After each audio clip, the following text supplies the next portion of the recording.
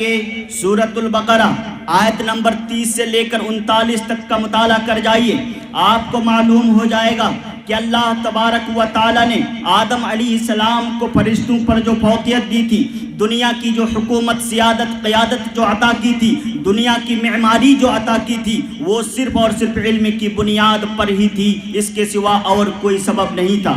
یہی نہیں بلکہ اللہ تبارک و تعالی نے یہ واضح کر دیا ہے ان آیتوں میں کہ وہی قوم دنیا میں حکومت کرے گی، وہی قوم دنیا کی سیادت کرے گی، اسی قوم کو دنیا کی حکومت ملے گی، اسی قوم کو خلافت ارضی کا مستحق سمجھا جائے گا جو علم میں سب سے آگے ہوگی۔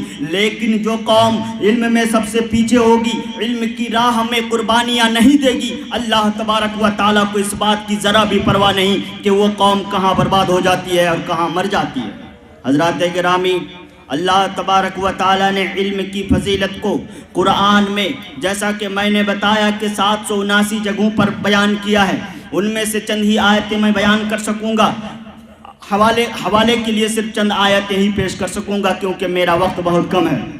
حضرات، سورۃ البقرہ آیت نمبر 278 میں اللہ تبارک و تعالیٰ نے ارشاد فرمایا کہ یؤتی الحکمت من یشاء ومن یؤت الحکمت فقد اوتی خیرا کثیرا وما یذکر الا اولو الالباب، کہ اللہ تبارک و تعالی جس کے ساتھ بھلائی کا ارادہ کرتا ہے اسے علم دیتا ہے، حکمت سے نوازتا ہے۔ ومن یؤت الحکمت فقد اوتی خیرا کثیرا، اور جس کو علم دے دیا گیا، جس کو حکمت دے دی گئی، اسے دنیا کی ساری بھلائیاں دے دی گئیں۔ اس کا مطلب یہ ہوا کہ جسے علم سے محروم رکھا گیا اس کو دنیا کی سیادت سے اور دنیا میں اعلیٰ مقام سے بھی محروم کر دیا گیا۔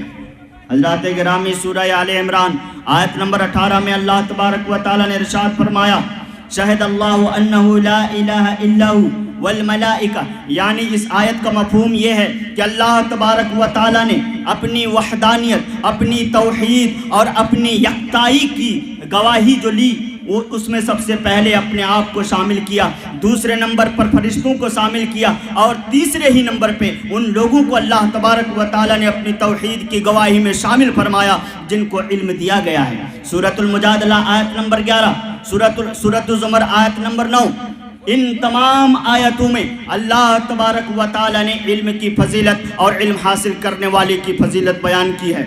حضرات، آپ ذرا غور کیجئے کہ اللہ کے رسول صلی اللہ علیہ وسلم کے زمانے میں، جس زمانے میں اللہ کے رسول صلی اللہ علیہ وسلم کو رسول بنایا گیا، اللہ تبارک و تعالی نے نبوت اور رسالت سے سرفراز فرمایا، اس زمانے میں دنیا میں ہزاروں قسم کی برائیاں تھیں۔ آپ اس بات کو بھی جانتے ہیں کہ کعبہ مقدس کے اندر 360 بت رکھے ہوئے تھے۔ ہونا تو یہ چاہیے تھا کہ اللہ تبارک و تعالی شرک کی بات کرتا کہ شرک مت کرو، ہونا تو یہ چاہیے تھا اللہ تبارک و تعالی دوسری برائیوں کی باتیں کرتا، شراب کی بات کرتا، لیکن قربان جائیے اللہ تبارک و تعالی کی حکمت پر کہ اس نے جب اسلام کا آغاز فرمایا تو شراب کی بات نہیں کی، دیگر برائیوں کی بات نہیں کی، جوئے بازی کی بات نہیں کی، زناکاری کی بات نہیں کی، یہ نہیں کہا کہ کعبہ مقدس سے 360 بتوں کو ہٹاؤ، بلکہ نبی امی لقب پر جب پہلی آیتیں نازل ہوئیں، اقرا سے لے کر 5 آیتیں سب سے پہلی وہی نازل ہوئی، تو آپ کو یہ جان کر حیرت ہوگی کہ ان 5 آیتوں میں 2 مرتبہ اقرا کہا گیا، یعنی پڑھنے کا حکم دیا گیا، اور ایک آیت میں قلم کا استعمال ہوا جس کو لکھنے کے لیے استعمال کیا جاتا ہے۔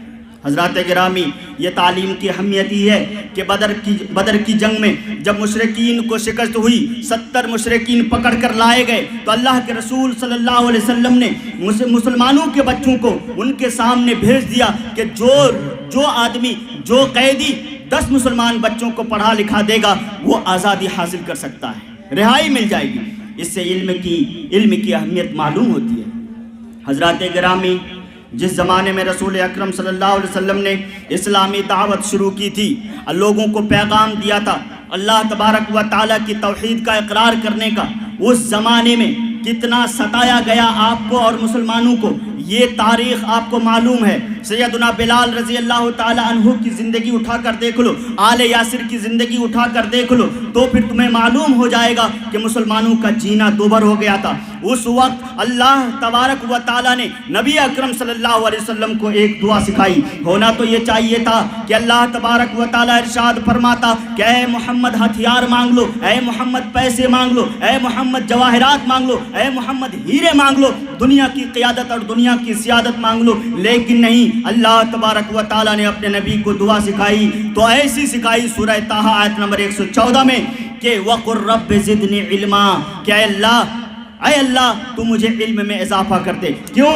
اس لیے کہ علم اگر ہے تو سب کچھ آ جاتا ہے، اور اگر علم نہیں ہے تو کچھ بھی نہیں ہے، دنیا میں کوئی مقام و مرتبہ حاصل نہیں ہے۔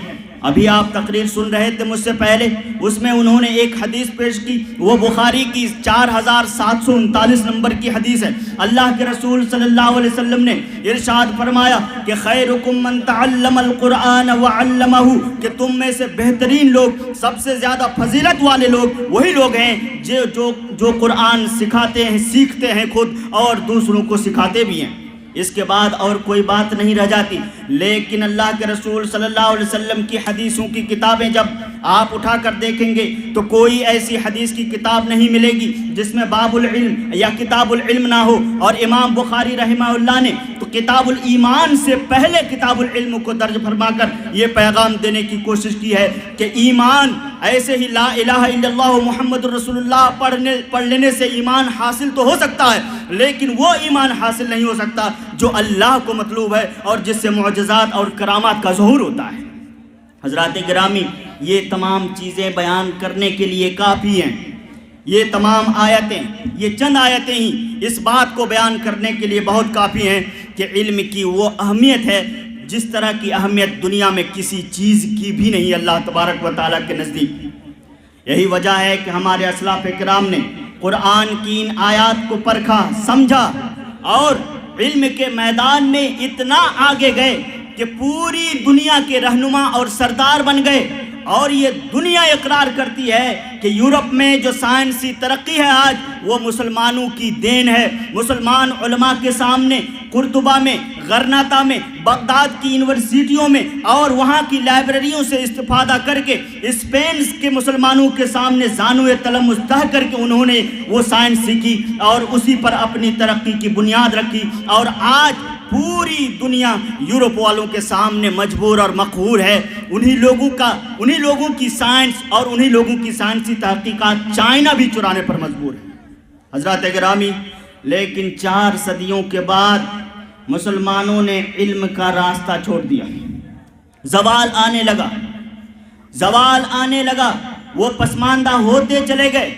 اور آج کی حالت یہ ہے کہ دنیا کی سب سے کم پڑھی لکھی قوم اگر کوئی ہے تو جواب بہت آسان ہے کہ وہ مسلمان ہے۔ میں مثال دیتا ہوں، دنیا بھر میں مسلمان ملکوں کی تعداد 58 ہے۔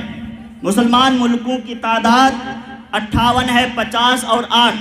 ان میں سے ایک بھی ملک ایسا نہیں ہے جہاں کی شرح فیصد یعنی تعلیم کی شرح فیصد 100% ہو، یعنی کوئی بھی ایسا ملک نہیں ہے جہاں کے 100% لوگ 100 کے 100 لوگ پڑھے لکھے ہوں۔ ایک ملک ہے صرف قزاقستان، اس کی شرح خواندگی یعنی وہاں صرف 97% لوگ پڑھے لکھے ہیں، اس سے زیادہ سعودی عرب بھی نہیں۔ سعودی عرب میں بھی 64% لوگ پڑھے لکھے ہیں۔